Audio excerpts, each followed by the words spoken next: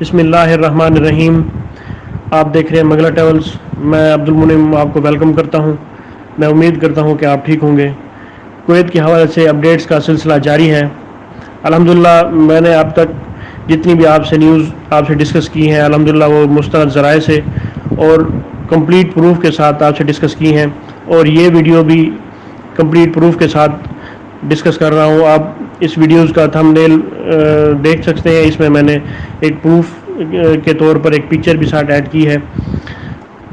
اس حوالے سے جو کل میں نے ویڈیو اپلوڈ کی تھی کہ 7 ممالک کا کویت میں داخلہ ممنوع ہو چکا ہے، اس حوالے سے کویت گورنمنٹ کی ایک وضاحتی پالیسی آئی ہے جو آج آپ سے ڈسکس کرنی ہے۔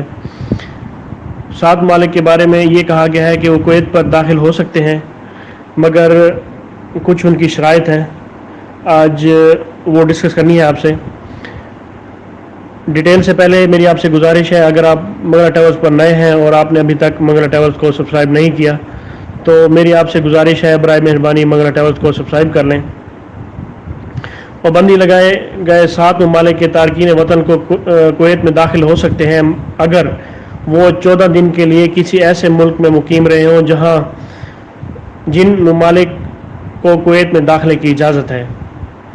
جی یہ ڈیسیژن میں ریپیٹ کر دیتا ہوں، اگر 7 ممالک کے تارکین وطن کویت میں داخل ہو سکتے ہیں اگر وہ 14 دن کے لیے کسی ایسے ملک میں مقیم رہے ہوں جن ممالک کو کویت میں داخلے کی اجازت ہے۔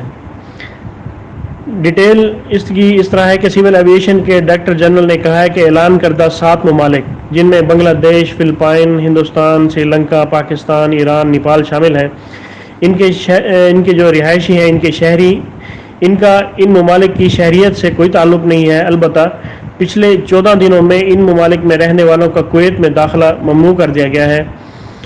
اس حوالے سے تصدیق کی گئی ہے کہ جو لوگ ان 7 ممالک کی شہریت رکھتے ہیں اگر وہ دوسرے ممالک سے آئے ہیں جہاں سے پرواز کی اجازت ہے اور ان شہریوں کو کویت میں داخلے کی اجازت ہے، وہ بغیر کسی رکاوٹ کے داخل ہو سکتے ہیں۔ تو یہ بات اب واضح ہو چکی ہے۔ اس کا مطلب یہ ہے کہ ان 7 ممالک کے باشندے کسی دوسرے ملک جا کر 14 دن قیام کر کے اس کے بعد PCR ٹیسٹ کا سرٹیفکیٹ لے کر جس سے یہ ثابت ہو کہ کرونا سے منفی ہیں، اس کے بعد وہ سرٹیفکیٹ لینے کے بعد کویت میں داخل ہو سکتے ہیں۔ تو یہ ایک ڈیٹیل ہے۔ اس کے اگر ہم اس کی مثال لیں تو وہ اس طرح یہ ہے کہ اگر کوئی پاکستانی شہری ہے اور وہ پچھلے 14 دن سے پاکستان یا ان ممنوع 7 ممالک میں نہ ہوتا تو وہ بغیر کسی رکاوٹ کے کویت میں داخل ہو سکتا تھا۔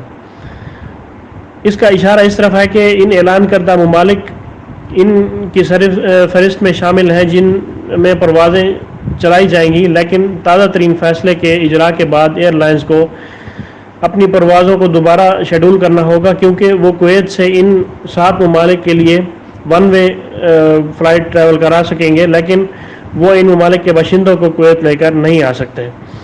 تو یہ ایک جیسے میں نے کل آپ سے ڈسکس کیا تھا کہ اس میں پروبیبلی یہ ہو سکتا ہے کہ کرونا کا خدشہ تو وہ آج ظاہر ہو چکا ہوا ہے، کیونکہ کرونا کی وجہ سے ہی یہ سارا کچھ ہو رہا ہے۔ باقی کسی نیشن پر کوئی کسی قسم کی نہیں ہوتی، یہ نیشنل انٹرسٹ ہوتے ہیں اور یہ کمپرومائز نہیں کیے جاتے۔ تو جس یہ صحت کے حوالے سے، ہیلتھ کے پوائنٹ آف ویو سے یہ سارا کچھ کیا گیا ہے کہ کیونکہ یہ 7 ممالک ان میں نے آپ سے کل بھی ڈسکس کیا تھا کہ ابھی تک گریجولی طور پر یہ کم ہو رہے ہیں، لیکن فی الحال اس میں کوئی خاطر خواہ کمی نہیں آ رہی۔ اس وجہ سے کویت نے اس کے کورونا کے پھیلاؤ کی وجہ سے ان 7 ممالک کے شہریوں پر پابندی لگی ہے، لیکن اس میں ساتھ انہوں نے چھوٹ یہ دی ہے کہ اگر وہ کوئی شہری ہے اور وہ مثال کے طور پہ دبئی رہ رہا ہے تو پاکستانی شہری دبئی سے کویت جا سکتا ہے، لیکن ڈائریکٹ پاکستان سے کویت نہیں جا سکتا۔ اگر وہ 14 دن مثال کے طور پہ اگر آپ پاکستان سے جاتے ہیں دبئی، آپ کے پاس اس کا دبئی کا وزٹ ویزا ہے اور آپ 14 دن کے لیے وہاں رہائش کرتے ہیں، اس کے بعد آپ کویت جا سکتے ہیں، آپ کو کوئی نہیں روک سکتا۔ تو آپ کو پاکستان سے یا کسی ملک سے ڈائریکٹ جانے پر پابندی اس وجہ سے ہے کہ صرف اور صرف کرونا کی وجہ سے جیسے ہی پاکستان میں کرونا کے حالات بہتر ہو جائیں گے انشاءاللہ کویت بھی اپنی پالیسیز پر نظر ثانی کرے گا۔ اس حوالے سے وقتی طور پر تو یقیناً پریشانی ہے، لیکن اللہ پاک کرم فرمائے یہ پریشانیاں دور ہوں۔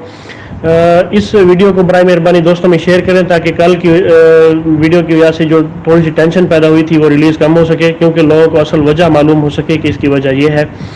مجھے اگلی ویڈیو تک کے لیے اجازت دیں۔ اللہ پاک ہم سب کا حامی و ناصر ہو۔ اللہ حافظ۔